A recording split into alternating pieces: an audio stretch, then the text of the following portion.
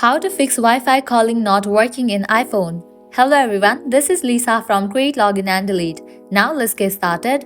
Launch your Settings app. Here we go. Head towards the option of Mobile Service, open it. Over here you will find the option of Wi-Fi calling, open it. Make sure you have toggle on for this option.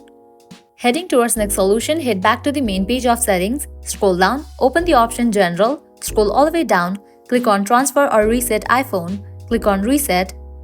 Click on Reset Network Settings. Now enter your passcode to continue with the process to reset network settings.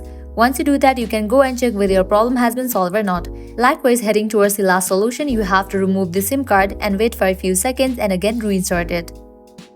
Applying these solutions, your problem is definitely gonna be fixed. So this is how you can fix Wi-Fi calling not working in iPhone. At the end, if you guys find this video helpful, don't forget to like, share and subscribe. Thank you.